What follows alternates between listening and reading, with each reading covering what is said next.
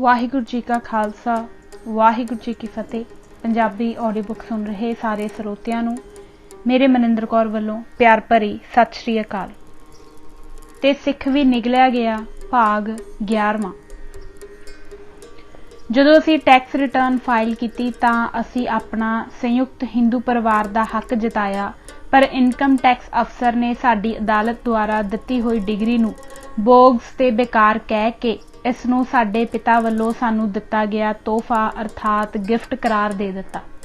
इत्थे कानूनी नुकता यह सी कि इनकम टैक्स अफसर अनुसार HUF हिंदू संयुक्त परिवार एक्ट सिखां ते लागू ही नहीं हुंदा, यह सिर्फ हिंदू परिवारां ते ही लागू हुंदा है। असां कहा कि संविधान की धारा 25B(2) विच तां सिख भी हिंदू ही मन्ने गए हैं ते जैनी ते बोधी भी हिंदू ही हैं, पर इनकम टैक्स अफसर ने कहा कि जदों अंग्रेज़ भारत विच आए सन तां उन्हां कहा सी कि असीं तुहाडे रस्मां रिवाजां विच कोई दखल नहीं देना। इसलिए उन्हां ने 2 कानून बनाए, एक तां संयुक्त परिवार वाला ते दूजा रिवाज वाला, अर्थात जिस नूं अंग्रेजी विच कस्टमरी लॉ पर्सनल लॉ कहिंदे हन।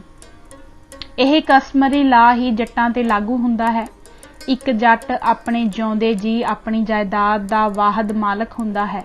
वह अपने जमीन वेच के शराब पी लवे, डोडे पी लवे, अफीम खा लवे, गुरुद्वारे दे नां लवा देवे, भावें काले चोर नूं दे देवे, कोई उसनूं रोक नहीं सकदा।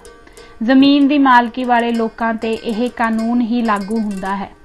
जट दा पुत्त जट दा इसे करके ही वैरी हुंदा है ते जमीन लई अपने प्यो का कतल भी कर दिंदा है, क्योंकि उसनूं पता हुंदा है कि इस दे जींदे जी मैनूं होर किसी भी तरीके नाल जायदाद नहीं मिल सकती। मैं कहा यह कानून जट्टां ते लागू हुंदा होवेगा, पर मेरा परिवार जट परिवार नहीं, असी कंबों हाँ, इसलिए साडे ते संयुक्त परिवार ही लागू हुंदा है, क्योंकि कंबो जट नहीं हुंदे। जे गल सिर्फ जट ते ही कानून लागू होण दी सी तां यह गल इत्थे ही मुक जानी चाहिदी सी, क्योंकि उसे दिन ही मैं एक बयान हल्फिया मैजिस्ट्रेट फर्स्ट क्लास कोलों तस्दीक करवा के महकमा इनकम टैक्स नूं दे दिता कि असी कंबो हाँ ते कंबो जट नहीं हुंदे। पुष्टि वजों एक किताब भी नाल पेश कर दिती, पर इनकम टैक्स अफसर ने होर कतुत कढ़ दिती कि भावें तुसी जट नहीं तां भी यह संयुक्त परिवार वाला कानून सिर्फ शहरां विच ही लागू हुंदा है, पिंडां विच नहीं। मैं उसे वेले मैजिस्ट्रेट फर्स्ट क्लास कोलों तस्दीक करवा के एक होर बयान हल्फिया दे दिता कि मैं पिंड विच नहीं शहर विच रहिंदा हाँ, ते इस गल दी पुष्टि लई म्यूनसिपल कमेटी जलंधर दा नोटिफिकेशन अते सर्टिफिकेट भी नाल नत्थी कर दिता। इनकम टैक्स अफसर जो एक कट्टड़ हिंदू ब्राह्मण सी ते किसी भी तरह मैनू आर्थिक रगड़ा लाउण ते तुलिया होया सी, ने कहा कि भावें तुसी शहर विच रहिंदे हो तद भी यह कानून जद्दी जायदादां ते ही लागू हुंदा है, अर्थात वह जायदाद जिहड़ी किसी दे बाबे पड़दादे ने खरीदी होवे। जे किसी दे पिता ने जायदाद खरीदी होवे तां उस ते यह लागू नहीं हुंदा। मैं महकमा मुड़ वसाऊ जाके पुरानी ओह फर्द जमाबंदी कढवा लई जिस तो सानू पाकिस्तान दी जमीन बदले इत्थे जमीन अलाट हुई सी। जमीन दी अलाटमेंट दे कागज़ भी दाखल कीते, फर्द दे नाल कुर्सीनामे दी नकल भी नाल लाई, पर अफसर फिर भी ना मन्निया। उसने कहा यह तां ठीक है कि जमीन तुहानू पाकिस्तान वाली जमीन वट्टे मिली है, पर यह कित्थे साबित हुंदा है कि तुहाडे बाबे जां पड़दादे दी है। की पता तुहाडे पिता जी ने पाकिस्तान बनन तो पहला मुल लई होवे। किस्सा कोता यह कि इनकम टैक्स अफसर सीधे सादे केस नूं मुतसबी पुणे करके ही उलझा रहा सी। वह मैनू कोई भी रियायत देण लई तैयार नहीं सी। माड़ी मोटी रिश्वत की गल भी चली, पर जिन्नी वह मंगदा सी उन्नी रिश्वत मैं अपनी अद्धी जमीन वेच के भी नहीं सा दे सकदा। अखीर जद्दी जमीन साबित करन लई मैं पाकिस्तान जाण दा फैसला कर लिया। उदों पाकिस्तान विच जिया उल हक ने जुल्फकार अली भुट्टो दा तख्ता पलट के राज सांभिया सी ते पाकिस्तान विच बहुत ज़्यादा गड़बड़ चल रही सी ते अमन कानून की स्थिति चंगी नहीं सी। पर जायदाद नूं बचाउण लई मैं यह जोखम भी उठाया ते पाकिस्तान जाण वास्ते वीज़ा लैण लई पाकिस्तान अंबैसी विच जा पेश होया, क्योंकि कदे किसी इकल्ले सिख ने इनकम टैक्स दे बचाव लई वीज़ा नहीं सी मंगिया। इसलिए यह गल पाकिस्तान दे हाई कमिश्नर दी समझ तो बाहर सी। ਉਹ इस गल तो बहुत हैरान सी कि हिंदुस्तान विच खेती वर्गे अत घाटे दे धंधे ते भी इनकम टैक्स लगदा है। इस सारी गल दा जिक्र मैं अपनी होर छप रही किताब मेरी पाकिस्तान यात्रा कुछ यादां विच कीता है। मैनू भी क्योंकि जान प्यारी सी, इस करके वीज़ा मिल जाण ते भी मैं पाकिस्तान ना गया, पर पाकिस्तानियां दी सिखां नाल दिली हमदर्दी ने मेरा दिल मोह लिया, क्योंकि हिंदुस्तान विचों पाकिस्तान जाण वाले मुसलमानां नूं इत्थों छड्ड के जाण वाली ज़मीन दे बदले लगभग दुगणी ज़मीन ते कई शहरां विच कीमत दे लिहाज नाल तिगणी तो भी वध मिली सी। यह गल मैनू पाकिस्तान दे हाई कमिश्नर ने आप दसी सी। बाबू रजब अली जो एक किस्साकार सी, मोगे दा रहण वाला सी ते नहर दे महकमे विच नौकरी भी करदा सी। पाकिस्तान विच लिखी उसकी लिखत तो साफ पता लगता है कि वह भारत विचों मोगे तो 20 किले पुश्तैनी जायदाद छड्ड के पाकिस्तान गया सी, पर उत्थे उसनूं 40 किले उपजाऊ जमीन मिली। बाबू रजब अली जिस मोगे विचों गया सी, लोग उस मोगे नूं मोगा सहकिया जोगा कहिंदे हुंदे सन। इसकी पुष्टि लई थल्ले उसकी लिखी हुई कविता इन बिन दिती जा रही है। रजब अली नाम साहो के गराम है, मन लैना हथ जोड़ के सलाम है। बागे वाला ठाणा मोगे दी तहसील सी, मोगा साडे पिंड तो 17 मील सी।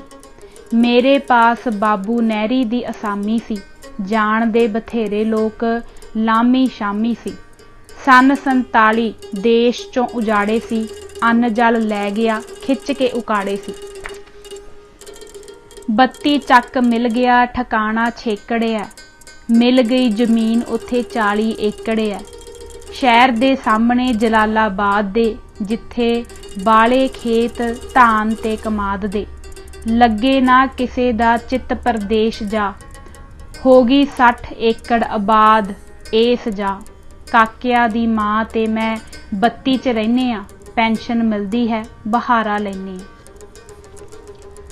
ਜਦੋਂ कि सानू 50% कट तां सीधी ही ला दी गई सी ते फिर अर्बन सब अर्बन ते रूरल अर्थात शहरी शहर दे नेड़े वाली ते पेंडू जमीन का वितकरा पा के भी होर कट लाई गई सी।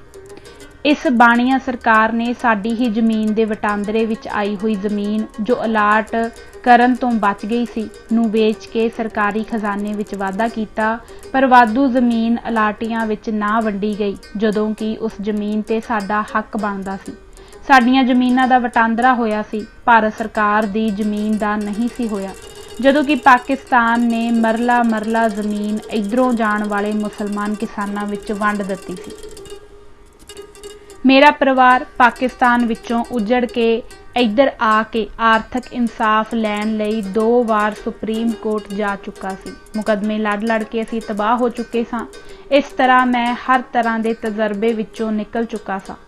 इस टैक्स के मुकदमे ने मेरी जिंदगी के कई साल बेकार कर दिते सन। मैं एक तरह नाल बीमार हो गया सा। जे किते दूर ढोल वजदा तां मैनूं लगदा जिवें मेरी जमीन की कुरकी होण लगी है। यह मेरा इकल्ले किसान का हाल नहीं सी। उन्हां दिनां विच बहुते किसानां नूं मैं नींद दीआं गोलियां खांदियां वेख्या सी। लगभग कई किसानां दी इकट्ठी ही अगड़ पिछड़ तरीक हुंदी सी ते असीं एक दूजे नूं मिलदे रहिंदे सां। जे एक जना नींद की गोली खान लगदा तां ओह शिष्टाचार के तौर ते दूजे अगे भी करदा, जिवें सिगरटा पीण वाले दूजे नूं सुलाह मारदे हन। हैरानी यह हुंदी कि ना कहण दी थां दूजा किसान भी गोली लैके उस वेले ही पानी नाल खा लैंदा। पता नहीं यह किहड़े किसान ने काढ़ कड्ढी सी, पर यह प्रचलित बहुत हुई सी। लगभग सारिਆਂ ने ही अपनियां जमीनां वेचणियां लाइयां होईयां सन, पर गाहक कोई नहीं सी। उन्हां दिनां विच जे मैं शराब दे 2-3 पैग पींदा तां मैनूं नशा आउण दी थां अचवाई जही लड़न लग पैंदी ते मैं बहुत बेचैन हो जांदा। मेरा सारा शरीर आकड़िया होया ते दुखदा मालूम हुंदा। सारी रात मैं उसल वट्टे भांदा रहिंदा। जे एक लत्त नूं सिद्धी करके रखदा तां दूजी नूं मोड़ लैंदा ते इस तरह सारी रात पासे परतदा रहिंदा ते घड़ी घड़ी पेशाब करन जांदा। तड़के जाके किते मैनूं नींद आउंदी ते ओह वेला फिर जागण दा हुंदा। इस बेचैनी जही दा करके मैं शराब पीनी ही बंद कर दित्ती, क्योंकि मैनूं यह मुआफक ही नहीं सी बैंदी। पर बेचैनी फिर भी उसे तरह ही रहिंदी। लगभग 2-2.5 साल मैं शराब नूं हथ भी ना लाया। एक दिन मैं अपनी फीएट कार ते अपने बच्चियां नाल मॉडल टाउन मार्केट वल उन्हां दी स्कूल दी वर्दी ते बूट लैण लई जा रहा सां कि स्काईलार्क होटल कोल मैनूं इनकम टैक्स अफसर आउंदा दस्सिया। पहला उसनूं यह नहीं सी पता कि मेरे कोल कार भी है। जिसनूं पता लगा हुंदा तां उसने रिश्वत किते ज़्यादा मंगनी सी। इस घबराहट जई विच ही मेरे कोलों कार गोल चक्कर विच वजदी मसां बची। मैनूं नहीं पता कि उसने मैनूं वेख लिया सी कि नहीं, पर मेरे अंदर एक विचार तूफान वांग उठ खलोया। हुण मैं जल्द तो जल्द किसी निर्णय ते पहुंचना चाहुंदा सा, आर जां पार। मेरे अंदर एक विचार बार बार उठ रहा सी कि जे अज एक्सीडेंट हो जांदा तां मेरे सारे परिवार दा मरना तय सी, क्योंकि मेरे अगले पासों एक ट्रक आ रहा सी ते पिछों बड़ी तेज स्पीड नाल बस आ रही सी। बस ने कार ते आ चढ़ना सी ते साबणदानी वर्गी फीएट कार ने बस थल्ले आके पतासे वांग फिस जाना सी। जे ट्रक विच वजदी तां फिर भी पूरी तरह कुचली जानी सी। मैं तां मरदा ही, सारे टब्बर नूं भी नाल ही लै बैंदा। मैं आर पार दी सोच के ही गुस्से च उसनूं मिलिया ते छित्तर भी विखाया ते चांदी दी जुत्ती भी मारी तां किते जाके यह मसला हल होया। बाद विच जट्टां ते होर सिखां नूं हिंदू किवें मन्निया गया, यह गल दसनी भी बड़ी जरूरी है। हाई कोर्ट ने एक फैसला संविधान की धारा 25 नूं मुख रख के प्रीतम सिंह बनाम असिस्टेंट कमिश्नर एस्टेट ड्यूटी दिता कि सारे ही सिख आज़ाद भारत विच हिंदू हैं। कस्टमरी ते होर अखौती कानून ते अंग्रेज़ां दे बनाए हुए होर कानून अंग्रेज़ां दे जाण दे नाल ही खत्म हो चुके हैं। हुण हर जट दी जमीन विच उसदे शरीक दा हिस्सा नहीं, सगों धी दा हिस्सा मन्निया जांदा है। पर महकमा इनकम टैक्स ने हाई कोर्ट दे इस हुक्म दे विरुद्ध सुप्रीम कोर्ट विच अपील की। अपील दाखल हो गई सी, पर थोड़े जहे चिर लई केंद्र विच प्रधान मंत्री चरण सिंह दी सरकार बनी, जो एक किसान सी ते किसान आगू वजों ही जाणिया जांदा सी। उसने किसानां दे हितां नूं मुख रखदे होए यह अपील वापस लै लई। हुण सारे भारत दे सारे लोग मुसलमानां ते ईसाईआं नूं छड्ड के हिंदू हन ते उन्हां सारिआं ते एक बराबर हिंदू कानून लागू हुंदे हन। बस इत्थे आके ही सिख बहु गिणती हिंदू अजगर दे वलेवें विच आ गई है ते हुण इस नूं निगले जाण तों कोई नहीं बचा सकदा। जदों औरंगजेब ने हिंदुआं नूं मुसलमान बनाउणा शुरू कीता सी तां इतिहास गवाह है कि उसने कोई हिंदू कतल नहीं कीता। हिंदू इतिहासकारां ते अनपढ़ सिख रागियां ढाडियां ने इस किस्म दीयां कहानियां कढ़ लईआं जो सिखां नूं सुना के उन्हां नूं नीम पागल कर दिता है। ओह 1.25 मन जंजू जरूर लाउंदा सी, हो सकदा है इस तों भी ज़्यादा लाउंदा होवे, पर तलवार नाल उसने कोई हिंदू वढ़ के मुसलमान नहीं बनाया। उसनूं खून ते कतलो-गारत करन दी लोड़ ही की सी। तिन्ना जिलिਆਂ जलंधर, अमृतसर ते लुधियाणे दे सिख किसान जिहड़े 1971 दे आमदन कर दी मार थल्ले आउंदे सन, आप ही भज के हिंदू बनदे सन। इनकम टैक्स अफसर तां इन्हां दे जोर देण ते भी इन्हां नूं हिंदू नहीं सन मंनदे। असी किसान ही भज के बयान हल्फिया देंदे सी ते होर सबूत पेश करदे सी जिन्हां नाल साबित होवे कि असी हिंदू हां। सगों असी तां इह भी कहिंदे सां कि सरकार साडे नाल वितकरा करदी है, असी हिंदू हां पर इह मंनदी नहीं। चलो मैं तां जट नहीं सी, इस करके बयान हल्फिया दे दिता कि मैनूं हिंदू समझिया जावे, पर जट भी तां इहो चारा जोई कर रहे सन कि सानूं हिंदू मन्निया जावे। अखीर जट्टां ने ही हाई कोर्ट विच रिट कीती सी, जो प्रीतम सिंह बनाम असिस्टेंट कमिश्नर एस्टेट ड्यूटी सी कि सानू भी हिंदू समझिया जावे ते हाई कोर्ट ने यह मन भी लिया सी। ਇਸੇ ਤਰ੍ਹਾਂ ਹੀ ਔਰੰਗਜ਼ੇਬ ਵੇਲੇ ਵੀ ਹਿੰਦੂ ਭੱਜ ਕੇ ਜਾਂਦੇ ਸਨ ਤੇ ਜੰਜੂ ਲਾ ਕੇ ਔਰੰਗਜ਼ੇਬ ਵੱਲੋਂ ਡਾਈ ਹੋਈ ਮੰਜੀ ਤੇ ਰੱਖੀ ਜਾਂਦੇ ਸਨ ਤੇ ਨਾਲ ਹੀ ਆਖੀ ਜਾਂਦੇ ਸਨ, ਹਜ਼ੂਰ ਅੱਜ ਤੋਂ ਅਸੀਂ ਮੁਸਲਮਾਨ ਹੋਏ। ਨੁਕਤਾ ਇੱਥੇ ਵੀ ਉਹੋ ਹੀ ਹੈ ਜੋ ਸਿੱਖਾਂ ਦਾ ਸੀ। ਭਾਰਤ ਸਰਕਾਰ ਵਾਂਗ ਔਰੰਗਜ਼ੇਬ ਨੇ ਵੀ ਜਜ਼ੀਆ ਲਾ ਦਿੱਤਾ ਸੀ ਜੋ ਹਿੰਦੂ ਤਾਰ ਸਕਣ ਤੋਂ ਅਸਮਰਥ ਸਨ। ਇੱਕ ਜਜ਼ੀਆ ਹੀ ਨਹੀਂ, ਹੋਰ ਵੀ ਬਹੁਤ ਸਾਰੇ ਟੈਕਸ ਸਨ। ਉਹਨਾਂ ਕਰਕੇ ਹੀ ਹਿੰਦੂ ਧੜਾ ਧੜ ਮੁਸਲਮਾਨ ਬਣਦੇ ਜਾ ਰਹੇ ਸਨ। ਜੇ ਇਹ ਗੱਲ ਨਾ ਹੁੰਦੀ ਤਾਂ ਔਰੰਗਜ਼ੇਬ 22 ਧਾਰ ਦੇ ਰਾਜਿਆਂ ਨੂੰ ਵੀ ਮੁਸਲਮਾਨ ਬਣਨ ਲਈ ਨਾ ਕਹਿੰਦਾ। ਜੇ ਉਸਨੇ ਇਸਲਾਮ ਹੀ ਫੈਲਾਉਣਾ ਸੀ ਤਾਂ ਉਸਨੇ ਹਿੰਦੂਆਂ ਦੇ ਉੱਚ ਤਬਕੇ ਨੂੰ ਇਸ ਵਿੱਚ ਸ਼ਾਮਲ ਕਿਉਂ ਨਾ ਕੀਤਾ। ਤਲਵਾਰ ਨੇ ਤਾਂ ਮੁਸਲਮਾਨ ਬਣਨ ਤੋਂ ਜੋ ਵੀ ਆਨਾਕਾਨੀ ਕਰਦਾ ਝਟਕਾ ਕੇ ਪਰਾਂ ਮਾਰਨਾ ਸੀ। ਨਾਲੇ ਇਸ ਤਰ੍ਹਾਂ ਕਰਨ ਨਾਲ ਇਸਲਾਮ ਵਿੱਚ ਵੀ ਅਮੀਰ ਵਰਗ ਦਾ ਵਾਧਾ ਹੁੰਦਾ। ਔਰੰਗਜ਼ੇਬ ਨੇ ਗਰੀਬ ਜਿਹੇ ਹਿੰਦੂਆਂ ਕੋਲੋਂ ਕੀ ਲੈਣਾ ਸੀ। ਇਸੇ ਤਰ੍ਹਾਂ ਹੀ ਉਸਨੇ ਦਲਿਤ ਵਰਗ ਨੂੰ ਕੁਝ ਨਹੀਂ ਕਿਹਾ। ਅਛੂਤ ਤਾਂ ਉਹ ਹਿੰਦੂਆਂ ਵਾਸਤੇ ਸਨ, ਮੁਸਲਮਾਨ ਧਰਮ ਵਿੱਚ ਤਾਂ ਸਭ ਬਰਾਬਰ ਹਨ। ਔਰੰਗਜ਼ੇਬ ਨੂੰ ਤਾਂ ਉਹਨਾਂ ਨੂੰ ਮੁਸਲਮਾਨ ਬਣਾਉਣ ਦਾ ਪੂਰਾ ਹੀ ਸਵਾਬ ਮਿਲਣਾ ਸੀ। ਅਸਲ ਵਿੱਚ ਉਸਨੇ ਜਜ਼ੀਆ ਤੇ ਹੋਰ ਹਿੰਦੂ ਟੈਕਸ ਲਾਏ ਹੋਏ ਸਨ।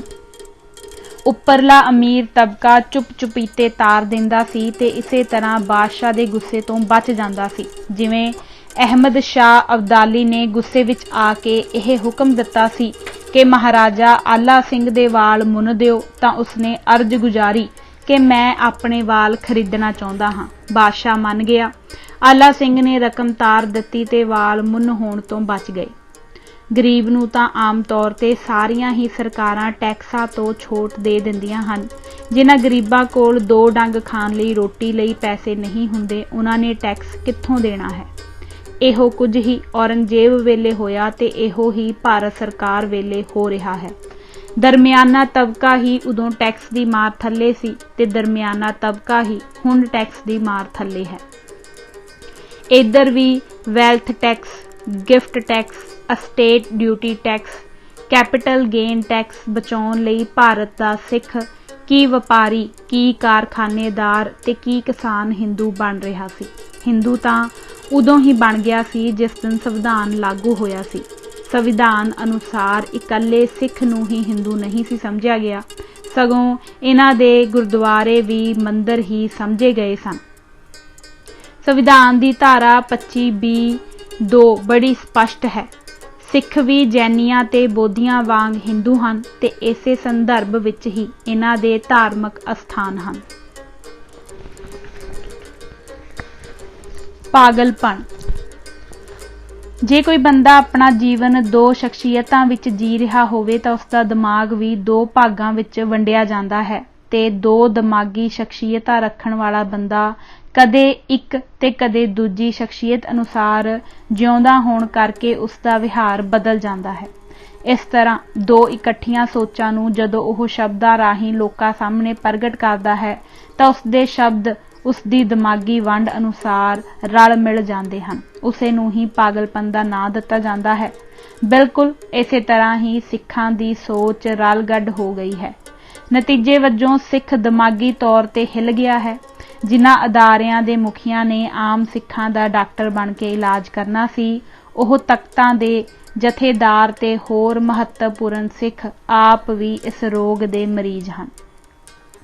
ਅਰਥਾਤ ਜਿਹੜਾ ਰੋਗ ਬੱਕਰੀ ਨੂੰ, ਉਹ ਰੋਗ ਪਠੋਰੇ ਨੂੰ ਵਾਂਗ ਉਹ ਡਾਕਟਰ ਮਰੀਜ਼ਾਂ ਨਾਲੋਂ ਵੀ ਜ਼ਿਆਦਾ ਅਬਲ ਟਬਲ ਬੋਲ ਰਹੇ ਹਨ। ਜਦੋਂ ਡਾਕਟਰ ਵੀ ਬਿਮਾਰ ਹੋਣ ਤਾਂ ਮਰੀਜ਼ਾਂ ਦਾ ਇਲਾਜ ਕੌਣ ਕਰੇ। ਇਸ ਤਰ੍ਹਾਂ ਸਿੱਖ ਦਿਨੋਂ ਦਿਨ ਧਾਰਮਿਕ ਮਨੋਰੋਗ ਦੇ ਸ਼ਿਕਾਰ ਹੋ ਰਹੇ ਹਨ। ਜਿਨ੍ਹਾਂ ਨੇ 12 ਸਾਲ ਤੱਕ ਸੰਘਰਸ਼ ਕੀਤਾ ਤੇ ਰਵਾਇਤੀ ਲੀਡਰਾਂ ਨੂੰ ਬੁਰਾ ਭਲਾ ਕਿਹਾ, ਅੱਜ ਹਾਲਾਤ ਨੇ ਉਹਨਾਂ ਨੂੰ ਉਹਨਾਂ ਲੀਡਰਾਂ ਅੱਗੇ ਹੀ ਗੋਡੇ ਟੇਕਣ ਲਈ ਮਜਬੂਰ ਕਰ ਦਿੱਤਾ ਹੈ। ਗੋਡੇ ਟੇਕਣ ਵਾਲਿਆਂ ਨੂੰ ਚੇਅਰਮੈਨੀਆਂ, ਮੈਂਬਰੀਆਂ ਤੇ ਮੁਨਾਫਾ ਬਖਸ਼ ਅਹੁਦੇ ਤਾਂ ਮਿਲ ਹੀ ਜਾਂਦੇ ਹਨ। ਜਦੋਂ ਕੋਈ ਕੈਂਸਰ ਨਾਲ ਮਰ ਰਿਹਾ ਹੋਵੇ, ਉਸਦੇ ਗਿੱਟੇ ਤੇ ਹੋਈ ਫਿੰਸੀ ਦੀ ਕੀ ਮਹੱਤਤਾ ਰਹਿੰਦੀ ਹੈ। ਸਿੱਖ ਸਮਾਜ ਵਿੱਚ ਕਈ ਪ੍ਰਚਾਰਕ ਕੈਂਸਰ ਦੇ ਇਲਾਜ ਵੱਲ ਧਿਆਨ ਨਹੀਂ ਦਿੰਦੇ, ਸਗੋਂ ਫਿੰਸੀ ਦੇ ਆਲੇ ਦੁਆਲੇ ਹੀ ਇਲਾਜ ਕਰੀ ਜਾ ਰਹੇ ਹਨ। ਕਦੀ ਕਹਿੰਦੇ ਹਨ ਫਲਾਣੇ ਨੇ ਦਾੜੀ ਕੱਟ ਲਈ, फलाणे दी घरवाली ने भरवट्टे मुन लए, फलाना शराब पींदा है, फलाना मांस खांदा है। सिखां दे मामले विच जे कोई ये आखे कि सिखां दे धार्मिक तौर ते बीमार हो जाण दा इलाज पंजा तख्तां दे जथेदारां तो सिवाए होर कोई नहीं कर सकदा, तां सवाल यह उठदा है कि ओह जथेदार तां आप बीमार हन, फिर दूजियां दा इलाज किवें करनगे। गल सुनन वाला सुन के हैरान हो सकदा है कि कदे डॉक्टर भी पागल होए हन। डॉक्टर भी तां इंसान ही हन, ओह भी उसे हालात विच ही रह रहे हन जिस हालात विच आम सिख रह रहा है। इसदा तां इहो ही हल है कि पहलां उन्हां दा इलाज किया जावे ते फिर आम सिख दा इलाज होवे, पर यह गल सुनन वाले नूं बड़ी अटपटी जही लगदी है। जे पागलखाने दा डॉक्टर पागल हो जावे तां कि उस डॉक्टर दा इलाज नहीं हो सकदा। किसी डॉक्टर दे इलाज करन दा तरीका बदल तां नहीं जांदा। मरीज तां मरीज है, भावें ओह कोई भी होवे।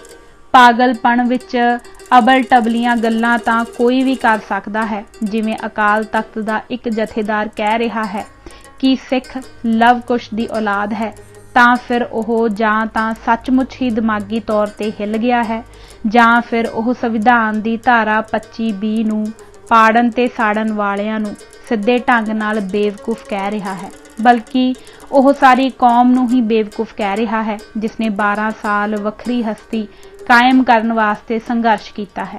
इहो जिहे हालात विच कि सारी कौम दा फर्ज नहीं बनदा कि इहो जिहे गंभीर पागल दा इलाज करन वास्ते अगे आवे ते उसदा इलाज करके पुन खट्टे।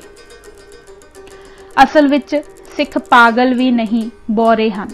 पागल बारे तां पता हुंदा है कि जदों इसनूं पागलपन दा दौरा पवे तां इह की हरकतां करदा है, पर बौरे दा की पता उन्हें की चंद चाड़ देना है ते उठ के किधर नूं तुर पैना है। की पता वो अपना मूँह मत्था भना लवे जां किसे दा सिर पाड़ देवे। की पता रोण लग पवे जां हसन लग पवे। इसलिए बौरा पागल तो भी वध खतरनाक है। अज लगभग सारी कौम ही बौरी हो गई है।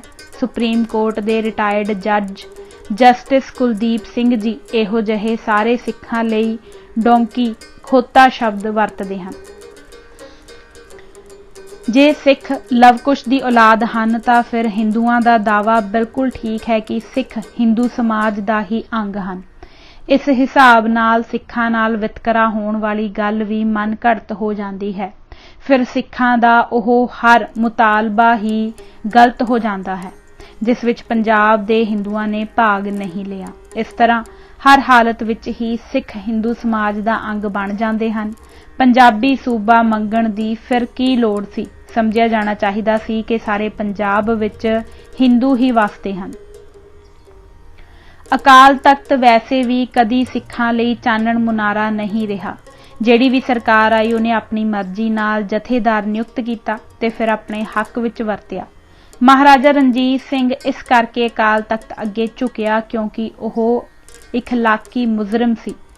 इखलाकी मुजरिम दा कोई स्टैंड नहीं हुंदा। चरित्र दे केस विच तां लोग मामूली थाणे जाके भी मुआफ़ी मंग लैंदे हन। यह तां फिर अकाल तख्त सी। अखे रागमाला अकाल तख्त ते नहीं पढ़नी, दरबार साहिब पढ़ी जाऊगी। जिहड़ा अकाल तख्त रागमाला पढ़नी है कि नहीं वर्गा मामूली झगड़ा नहीं निपटा सकिया, उन्हें होर फैसले की करने हैं।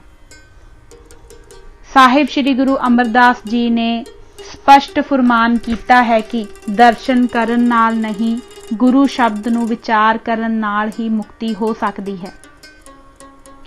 सतगुरु नूं सब को देखदा जेता जगत संसार, डिठै मुक्त ना होवई जिचर शब्द ना करे विचार।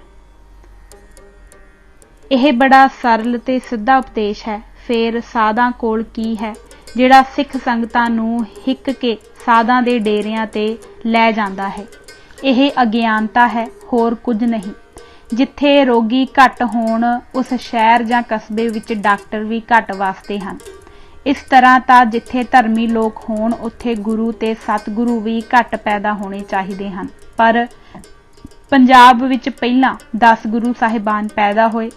उन्होंने जिंदगी ते जीवन जांच दा ਨਿਚੋੜ ਕੱਢ ਕੇ ਆਪਣੇ ਸਿੱਖਾਂ ਨੂੰ ਦੁਨਿਆਵੀ ਜ਼ੁਲਮਾਂ ਦਾ ਟਾਕਰਾ ਕਰਨ ਦਾ ਵੱਲ ਤੇ ਜਾਚ ਦੱਸੀ।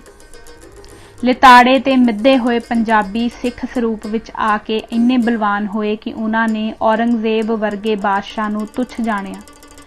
ਸਤਿਗੁਰਾਂ ਤੋਂ ਬਾਅਦ ਵੀ ਆਪਣੇ ਤੇ ਹੋਈਆਂ ਵਧੀਕੀਆਂ ਦਾ ਮੁਗਲਾਂ ਤੋਂ ਪੂਰਾ ਬਦਲਾ ਲਿਆ।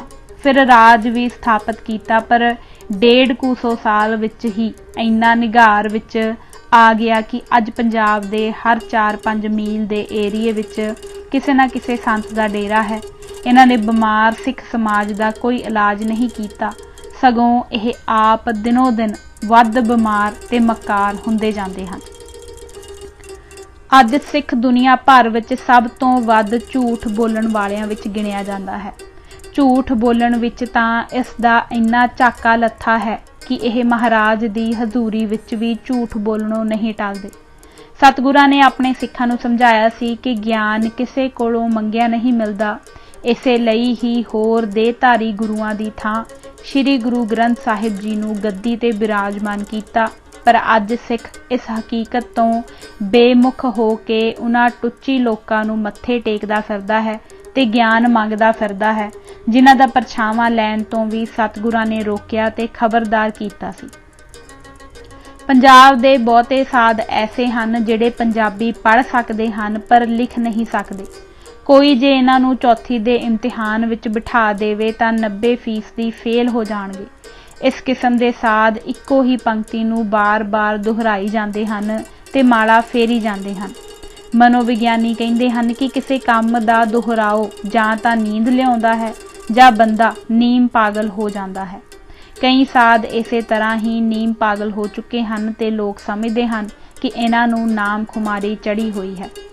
ਸਤਿਗੁਰਾਂ ਨੇ ਇੱਕ ਨਿਯਮਿਤ ਨਿਤਨੇਮ ਸਿੱਖ ਸੰਗਤਾਂ ਨੂੰ ਦਿੱਤਾ ਹੈ ਤੇ ਕਿਹੜੀ ਬਾਣੀ ਸਵੇਰੇ ਤੇ ਕਿਹੜੀ ਰਾਤ ਨੂੰ ਸੌਣ ਤੋਂ ਪਹਿਲਾਂ ਪੜ੍ਹਨੀ ਹੈ ਉਹ ਵੀ ਸਭ ਸਮਝਾਇਆ ਹੈ।